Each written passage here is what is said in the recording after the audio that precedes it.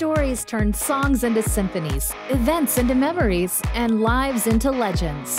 In our crowded world, knowing your story cuts through the noise so you can make your mark, whether you want to sell more books, increase profits, or just make a difference. At Sterling & Stone, story is our business. The Story Studio podcast is where we explore ways we can all tell our stories better.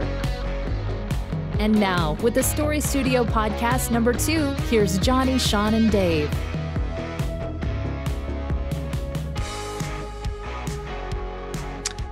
Hey, and welcome to the Story Studio podcast. For those of you who followed us over from Self-Publishing Podcast, I got that right. That's good. I usually say Self-Publishing. For those of the rest of you, then welcome aboard. This is really exciting for us, and I won't belabor that. But today we're going to be talking about why story matters and where it's going, which is kind of a cool two-pronged discussion that we have already mapped out for you guys in advance, like pros. Wow, we did that. One thing I forgot to pitch before we started, but it fits, and especially we're talking about story today, is I know we're ditching something cool, and we should. That's played out. I agree. But I do like that kind of icebreaker, and it's a nice warm-up. And, you know, in light of the new show, which is more focused, and we are talking about story, what about just like story sampler? Like not something cool, but what cool story related thing? Yeah, let's do it without the recurring payment. So like this is the time to share cool stories rather than like, hey, each one of us, you know what I mean? Because yeah, that's cool. Because if I have 5, I can take all 5 and you guys don't have any. It doesn't matter. Something cool. If you guys have watched, like it used to really dilate the beginning of SPP. We'd be 20 minutes in and still doing something cool. So I don't want to do well. Yeah, my little story sampler for the week is P.T. Anderson's new movie Phantom Thread, which I saw for date night, and for anyone who's listened to this, radio did the soundtrack for that. He's done his last 3, I think. He did 4. He did Master, There Will Be Blood, this, and Inherent Vice, I believe. P.T. Anderson is one of my favorite directors. Like I just love his work, and even when I don't like it, I'm like fascinated by it. And Magnolia is still one of my favorite movies of all time. He's only made one movie that I actually haven't even finished. I made it half. Scratching our heads through the whole way through Magnolia. Like, okay. Did you end up liking it, or were you like, no? Not really. No. Yeah, and see, a lot of people, like if you go look at his reviews, he's a solid 3-star guy, and that's because a lot of people give him 1 stars. I wanted to like it. I tried to like it. Yeah, he's just not for all the Lord's children. And I totally get that. And I would never convince somebody why. Like my dad doesn't like him at all. My dad, you know, and I usually agree on movies, but he's like, oh my God, like I think it's just pretentious bullshit. And I totally understand that because he doesn't, I mean, we're talking about structure. This guy doesn't really adhere to normal structure, but his movies have a logic of their own.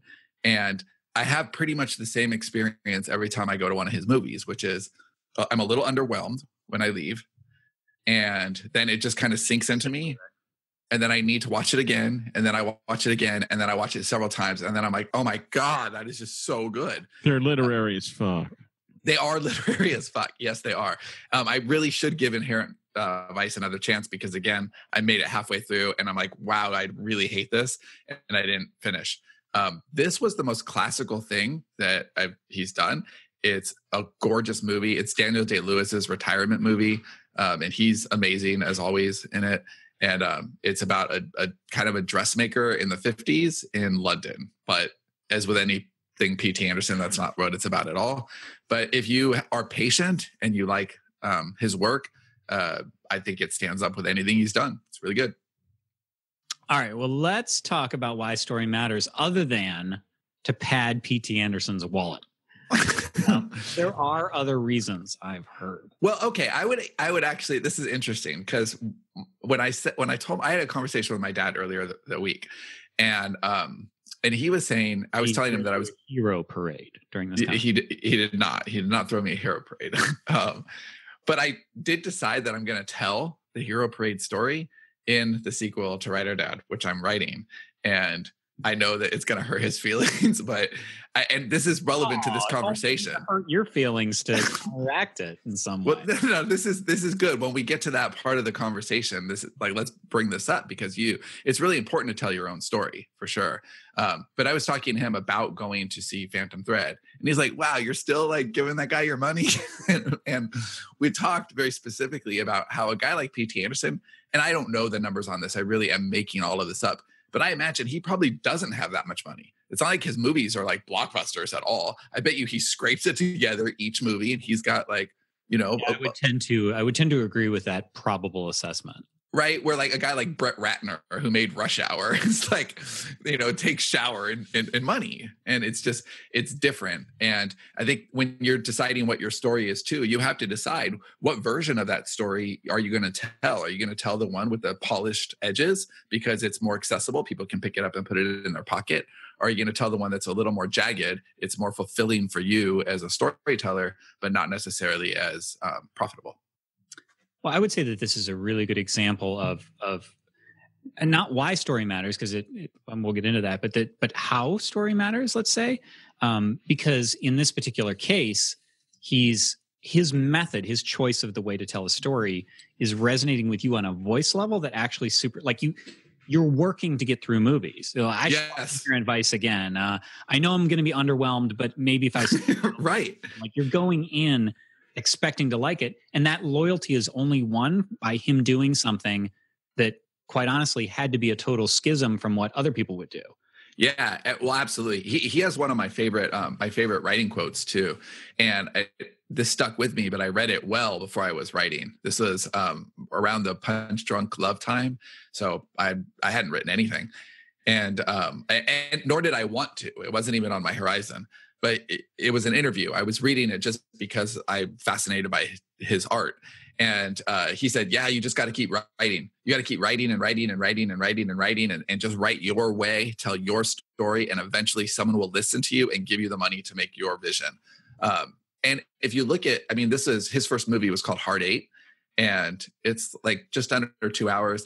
And it's got a lot of people who, they just wanted to play his game a little bit, like they believed in him because the budget for it, like Sam Jackson's in it, Gwyneth Paltrow's in it, but she doesn't have a lot of scenes. It's very low budget, but it just kind of works. And you could tell somebody's doing the most with what they have. And, from our story studio, we've always really adhered to that ethic. What is the story we want to tell? And what is the bandwidth that we have to tell it? And what is the talent pool that we can draw from? And we're trying to constantly iterate that. And you can see that with his work. He's constantly trying to stick to his own story and pull the people who want to hear his story to him. And for the purposes of this conversation, that's what's really important. What is story? Well, it's a little bit different for everybody, both as the storytellers and the people who are consuming stories, because we want different things from our stories as storytellers and as consumers. But we want to focus on the things that always work, right? Like, what is story universally? Because if you're a better universal storyteller, you have more opportunities. What do you think his best movie was? Oh, Magnolia, still. Yeah. I think he should have quit after that. Well, he actually said after Magnolia, he said, I cry because I know that I will never write a movie as good as Magnolia. And like something is it a little annoying to, after my assessment, to say that I think I can write a movie as good as maybe I can. I'm being a little bit of an asshole. I don't actually think that, but I didn't love it as much as you guys did. I sat in a theater and I had to pee so bad, but I would not get up because I was afraid I would miss something. And it's funny because there was that kid that was on the quiz show, and he started peeing on the set about the time that I really had to go. And I'm like, oh my God. Oh my God. There's 2 hours left after that scene. I know. Well, I think I did run out. I think the point is that story is making people allegiant to it's forming a bond. Whether stories like brand, right? So with brand, your company, you personally, everything, you have a brand, whether you're consciously thinking about it and hiring brand consultants and doing mood boards or not. You have it either way. Your brand just might suck, and that's the same with story. You honestly, because story and brand done well work very well together, but you are telling a story in your communications, if you're a business or if you're a person, you're out there on social media or whatever, whether you intend it or not. And so, what story are you telling? Are you telling a story that that leads people on a journey that makes you look good or bad, that makes you look transparent or like a phony? Or are you telling a story? Are you telling it consciously or are you telling it accidentally, basically? Or are you TJ Maxx? I don't even understand the reference, but I'm a little curious. Can a horrible store that tells a story whenever you walk in. I didn't know they told a story. Can we dig into both this topic and Dave in general? And Dave's the people that are pressuring Dave on Taylor Swift. Those we go in on those two things on Worst Show Ever. Yeah, that sounds like enough episode. Well, the thing about story, and this is really kind of the crux of the why it matters issue, is that without to like scratch my gray beard and go in my day, but like the internet is not that old, relatively speaking, and especially like high speed, like the freneticness of the internet today and just everything has kind of trained us into an ADD culture where its attention spans are like super short. We're drowned with information. So like we email our mailing lists as authors and as nonfiction creators, and I have no illusions that is going into inboxes with bazillions of emails, literal billions of emails, and that people like just by sheer volume of force, like it's hard for anybody to stand out. And so what story does is it gives people a reason to pay attention to you. If you're telling a story and somebody is intrigued by it, then it's like when you leave off a TV show for the night that you're binging and you're like, I wish I could watch one more. You go in like, oh, okay, now I get to see what happens next with that story, rather than, okay, let me click through these emails. This person's trying to sell me something. This person isn't. It's more about engaging on a story level.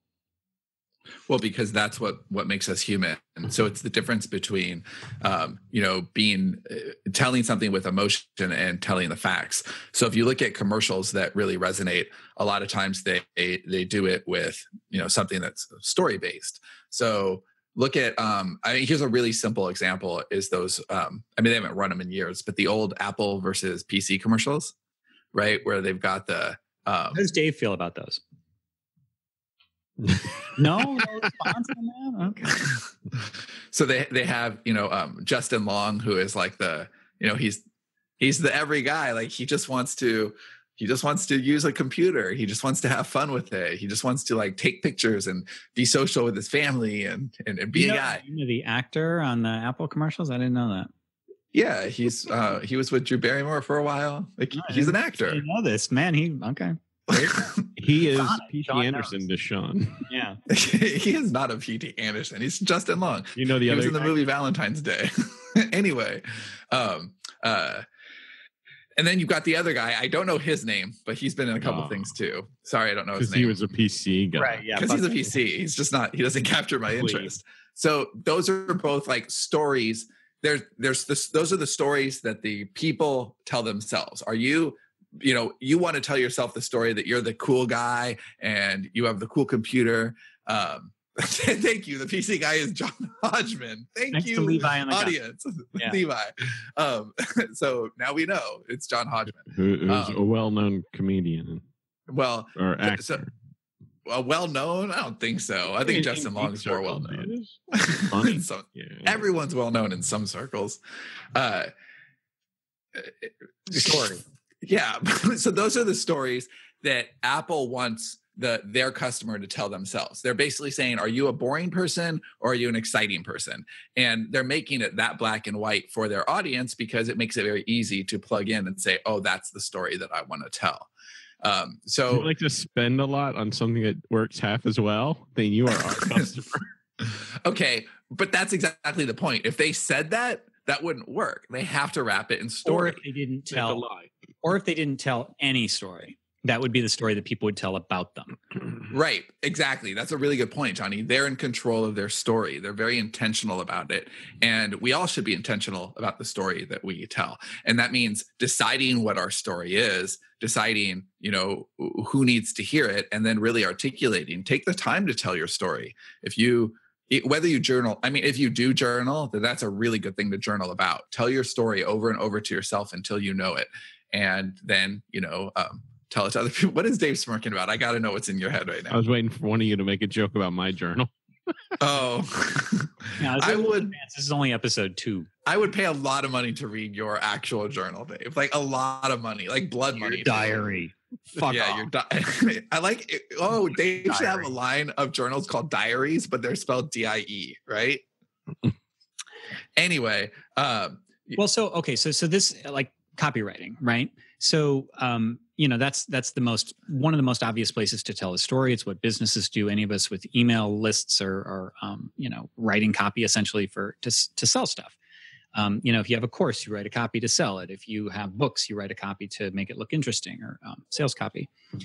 Product. Right. If you're publishing, then your product description is a piece of copy, and it's a really important piece of copy. And most people treat it like a book report, and that's so not what it is. It's there to sell your book, not explain your book. But to give you guys an example, we send out a lot of emails. We send them for the Smarter Artist, which is this nonfiction teaching people about story sort of brand. And then there's our individual fiction imprints, because, again, we published, over 100 books. And so we've got some practice selling books. And usually it's just like, it's kind of a mercenary task, honestly, just because there's so much of it. Okay, well, this email needs to go out, whatever. And I picked up one recently because it was on Leanne's desk. She's our Smarter Artist manager, and she had a lot going on. She was new. And I said, I'll write that email. And it was a last chance for our Smarter Artist Summit, which we hold each year in Austin, Texas. And I was just like, well, I guess I'll just have fun with this, because I kind of don't really want to be doing it. And doing stuff that Johnny doesn't want to do is kind of his kryptonite. It is. I mean, more than normal people. Like it really is. Like, if he wants to do something, it's going to get done, and it'll be awesome. And he can do it otherwise, but sometimes it's like, man, Yeah, it shows. So, but I mean, I can write good copy in cold blood. I could have told people all about the descriptions of this, even if I didn't want to, like, what's going on physically. Okay, well, here's why you don't want to miss out all this. But instead, I sort of was like, well, this is a last chance email. The price went up a while ago. Like, we've told people about it. I figured this is like, very few people are going to be interested in this, because the people who want to come are already have their ticket. They already have them. The event is in like 6 weeks. And so I just started telling a story. I've done this before, and it was the story was that Sean wanted me to send a last chance. Now, Sean didn't want me to do this. That was a fabrication. I'm a fiction writer. But you lying salesman, you. That's what I do. I lie. Well, we all lie for a living, don't we? So I told this story about Sean. Do you remember when Seth Godin wrote the book Marketers Are Liars, and all the marketers got mad at him? He had to change it. He shouldn't have caped. So the story was like Sean telling me to write this last chance email, and then me answering the objections, like the things that I could have written in copy, like literally, oh, Sean, they would have bought this a while ago. And Sean said, well, come on. Like, some people are like my mom. They don't want to, they procrastinate. Like, send the email you'd send to my mom. And then I had Dave saying, well, so why don't you send the email that I'd send to your mom? It just, I don't know. I just spent 45 minutes on it and just told this stupid story. Now, what's interesting about that is every time I let myself do that, I've done it for a fictionalist, I've done it for Smarter Artist, is we get a lot of engagement. A lot of people respond who aren't necessarily usually responsive. Like, usually it's kind of a broadcast, and you wonder if that email is even being received. It's just going out there. And when I kind of like, I'm like let the dog off the leash, Johnny's going to do something stupid. I did another one with Sean in a scarf. I was just going to say the scarf one. And how many were like, Heather's like, okay, people want to know about the scarf. And then by noon, okay, guys, the scarf is a thing. So, but that's the point, is the more you can make the people who read that and were entertained by that, even if they had no interest in going to the summit or whatever, are just a little bit more interested in reading the next thing that comes from us. And that's where the opposite is true. If he bored them, or if he wasted their time or any of that, well, then they're just that less likely to open the next email. And that's the one thing that you have to remember as a storyteller, is that you have to put your audience first, always. And the big mistake that a lot of storytellers make is that their stories are about them. And even when it's about them, it can be about the listener. And in this case, Johnny had an intentional email that was meant to get a couple of people who had not yet bought tickets, who wanted to go, to get off their asses and go buy those tickets. This is the last chance. So that's the last email that we're going to send. They had a very specific job to do. And he's right. He could have given it dry, but he put the reader first. Well, he put himself first because he didn't want to write that other email. He wanted to have fun with it. But by putting him, stories come out when you're having fun. Yes. By putting himself first, that was just oxygen. He did put his reader first. He did put the audience first because he knew that probably, 99% of people who were going to read that email were not going to buy because they already had bought or they weren't going to buy. And so he wrote something that entertained all of us. Like, I read the email and I don't need to buy a ticket, right? I was talking to Jen this morning, who, if you don't know, Jen is, bedrock to the company. And we were talking about building out Stories to Go and specifically the sales copy. And we were both saying how much we don't like long copy and how it really should all fit on, above the fold. And it really should be about the reader's attention and having a lot of respect for that customer path. And we both said, yeah, we hate long copy, except for Johnny's long copy, because Johnny's long copy is really, really engaging. It's really human.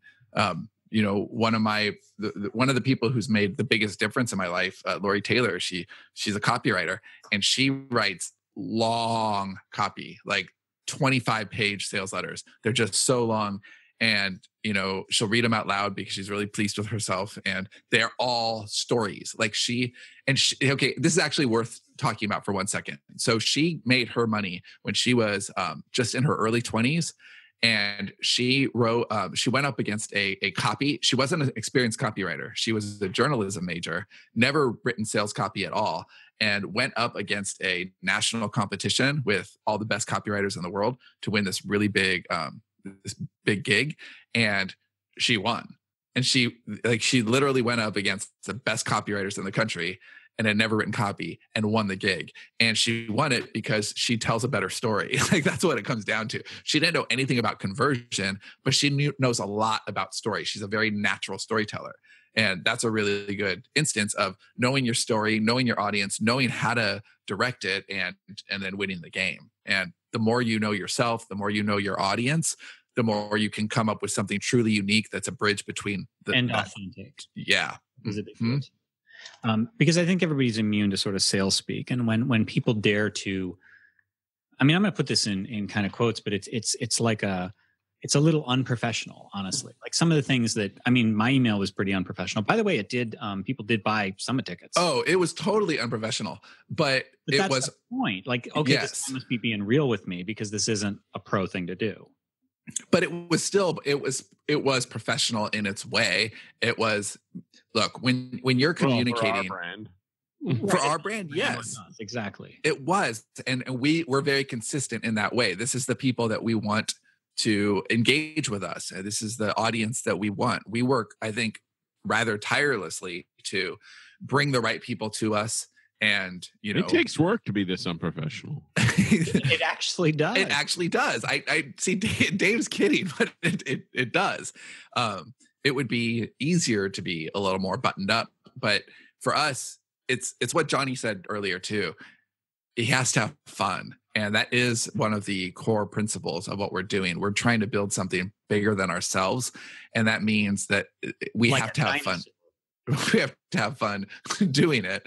And the stories that we tell, internally become the stories that our audience hears. And it's, I think, one of the things, every time we do something live, all the people who come up to us, they have their favorite stories, right? They want to talk, I'll remember when. And so within our show, within our little universe, we have the recurring stories and the favorite stories. Yeah, I was actually going to hand it off to, let's talk about where story is going, but I actually want to darken that point a little bit.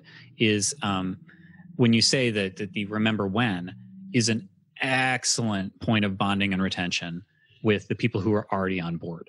So again, if you're brand new to us, if you've only started the Story Studio podcast, you had no idea who we were before, you probably haven't caught this yet. But like, we keep making just, little kind of jokes about things going on with Dave, like Dave's journal, Dave's diary.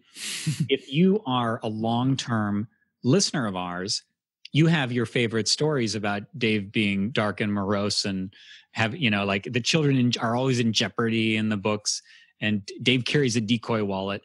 Like, most of our best recurring stories that people want to share are Dave related, but it's a point of bonding. It's like we can make a reference from something 5 years ago, and the people who are still with us love it. It's like, oh, that's a callback that only I am getting. Like goth entries. Yes.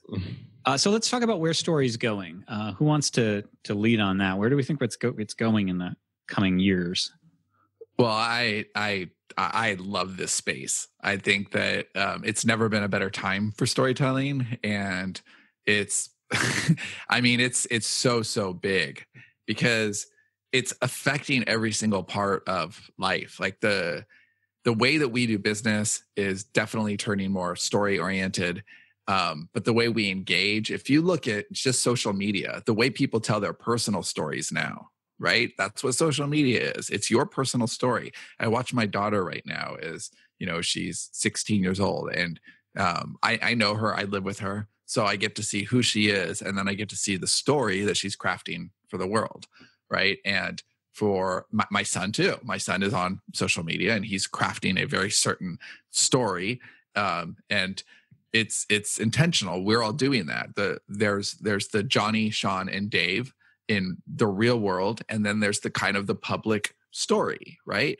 And I don't think in any of those cases it's an inauthentic version. I think all five of us are purification. It's like, yeah, how people will say, I mean, this can be done in it. I'm talking about a movie that otherwise is good. Okay. A movie or book that otherwise is good. I'm not talking about a shitty movie or book, but how people sometimes will raise the objection, well, why did that guy happen to live? Like, oh, he's the star of the movie and he happened to survive. Well, the answer is because you wouldn't tell the story about the guy.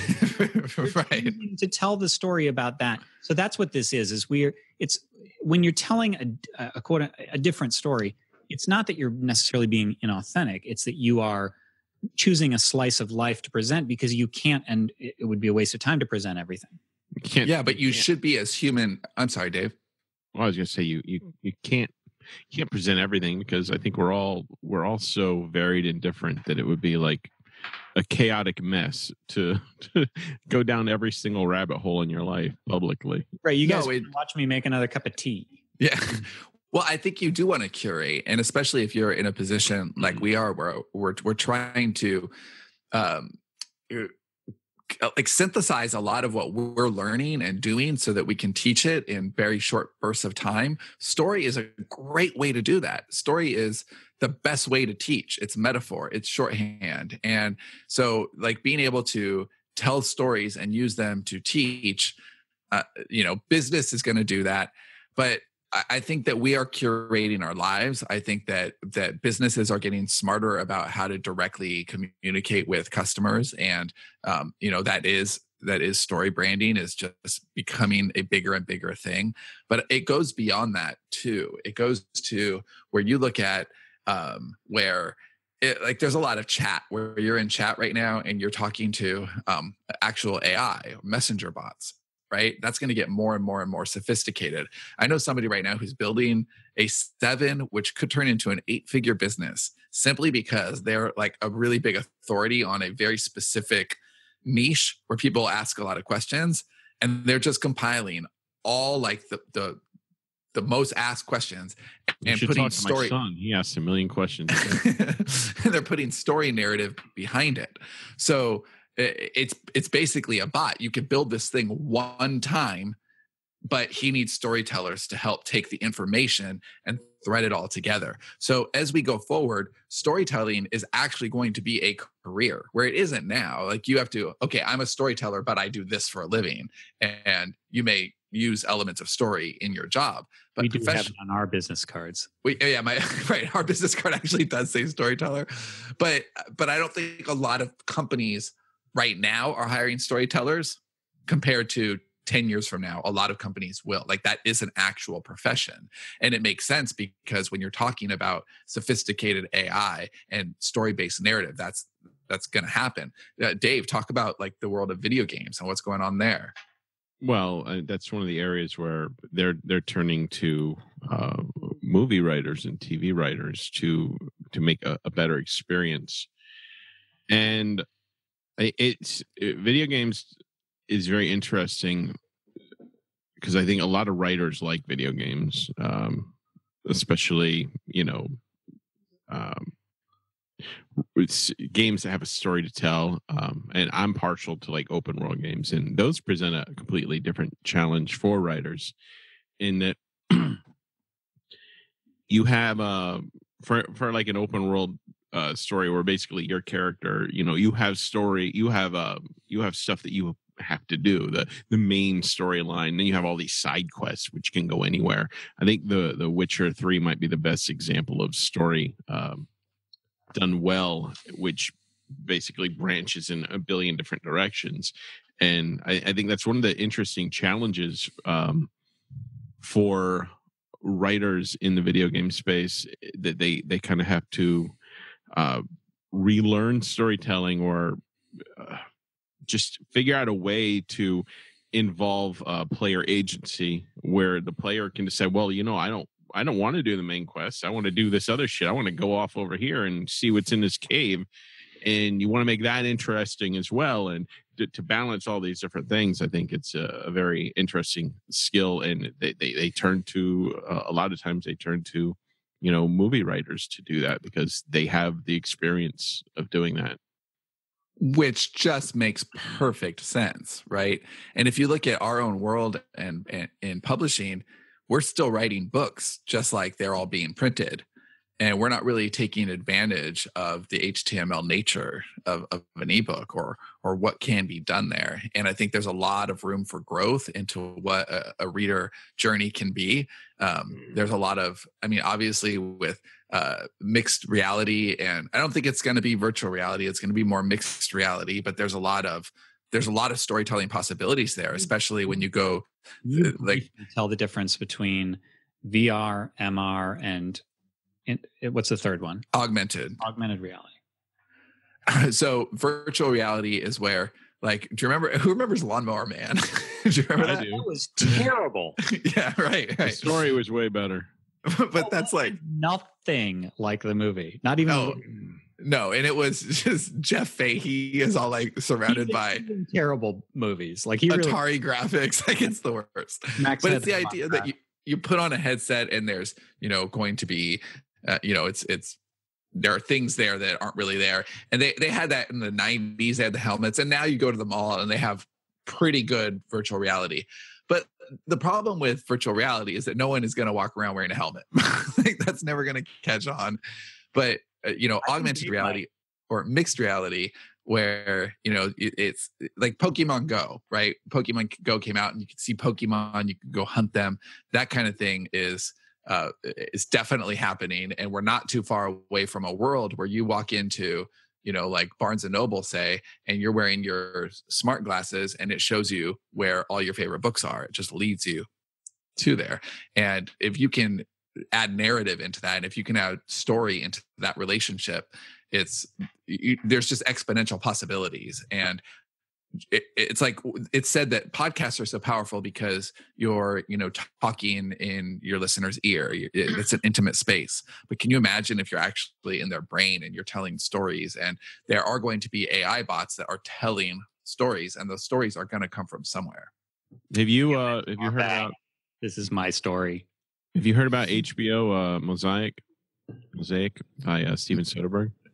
No, tell me more. Is this the thing that you sent us with the, like, I don't even remember what it was. I don't think I did. I haven't watched it yet. I think the first one just started.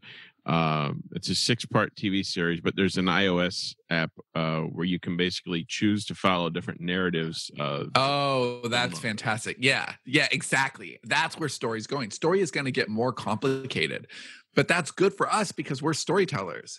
I don't mean us, the hosts. I mean us listening to the show, right? We as a storytelling community have a lot of power in this new world but we need to get better at telling stories. We need to get better at identifying stories. We need to get better at identifying opportunities for story, because as storytellers, if we train ourselves to see those opportunities faster, we can help the people who aren't as good at it, whether that means branding, whether that means our friends, whether that just means our own relationships.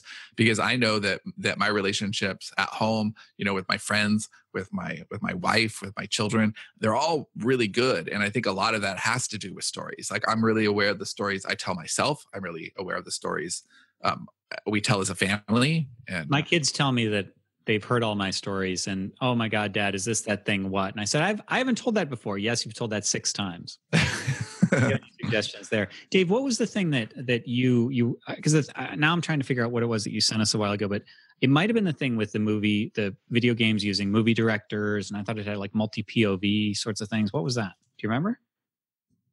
No, I don't remember.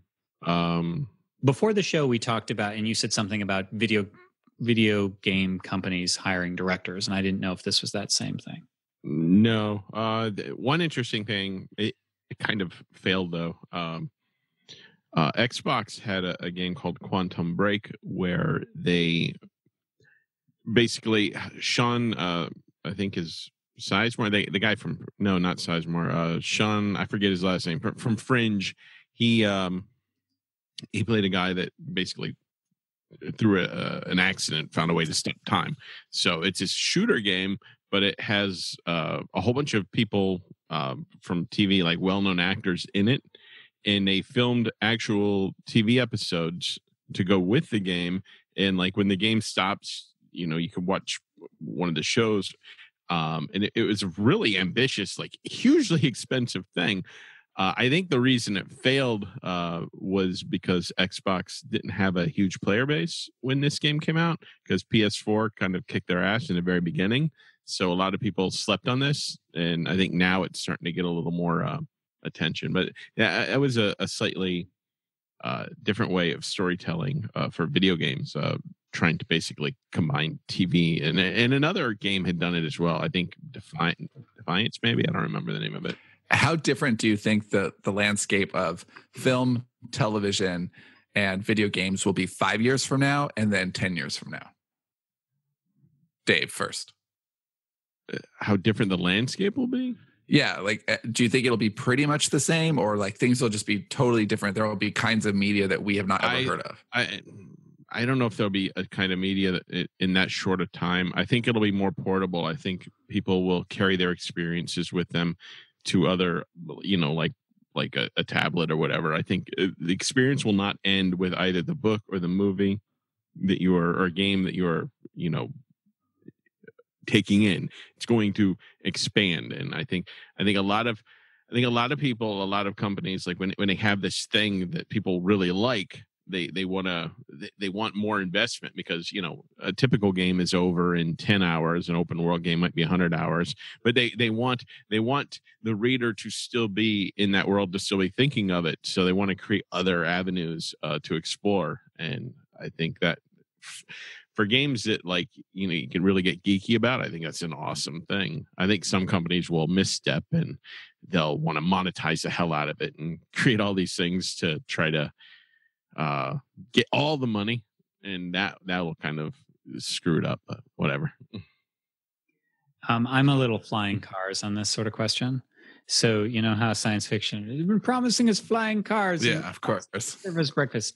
And so usually when we start talking about how is this gonna, there are people that are like, oh, well, we'll all be totally immersed in our movie experiences and stuff. And certainly not in that period of time. I don't really buy that. I think that the modes of production, distribution, and consumption are going to change. I don't necessarily think that the experiences themselves are going to change dramatically wholesale in that period of time, at least. So I would say that, Netflix just had Bright with Will Smith, where they released it simultaneously. Like, it was a Netflix funded movie. It was released in the theaters and on Netflix the same day.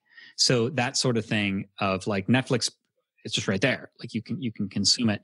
And I see a lot more independent production, which is something that I'm really rooting for because I want to do it. Yeah, me too. That's a lot of for those of you new to Sterling and Stone, a lot of the reason that we got into publishing is because we want to get into filmmaking eventually. And we're just like step by step, like learn our story craft first, and then we learn the other stuff. With 5 years, I'm with you, Johnny. But I think 10 years is a really long period of time. And I think that once this happens, it's going to happen fast. Did you see that episode of Black Mirror? I think it's season 3, with the guy whose his father dies and he travels around Europe and he does a game testing. If it's the one that I'm thinking of, yes. And I don't want to, he goes in and it's like they plug into his brain to do the testing. Yeah. That one I did see, and that was really very cool. Yeah. And I don't think they'll be plugging into the brain in 10 years, although I do think they will eventually, but not in 10 years. But I think that kind of augmented reality where like it's fucking with you and you don't know what's real. Like if you want to play a horror game, I think horror games are bored for things that I will fuck with me and I don't know what's real anymore. Sign me up. I think that kind of like horror games I think will get crazy. Do you remember, Dave, did you ever play, no, probably not, Eternal Darkness? Did you ever play that game or hear that game? That's his life. So Eternal Darkness was a GameCube game, and it was one of the first games that I ever saw that did this, where I know about this. It messed with you, like it would shake your controller or it would just turn the game off without you saving. It would do things to psychologically mess with the player. Yeah, it's kind of awesome. There was Haley was showing me a game the other day where I'm like, okay, I really want to get into, when we can get into games, I'm going to be really excited. It was called Doki Doki Literature Club. And it's like this game within a game within a game that's just real meta and crazy. And like it starts out as like this silly Japanese, like this girl's all trying to get your attention. And then one of the girls is actually like a psychopath and she starts deleting the other girl's files and making you love with her. And then one of the other girls goes crazy and like stabs herself with a knife. And like, you'd love it, Dave. It's really, really over the top. Sounds like a typical Japanese game.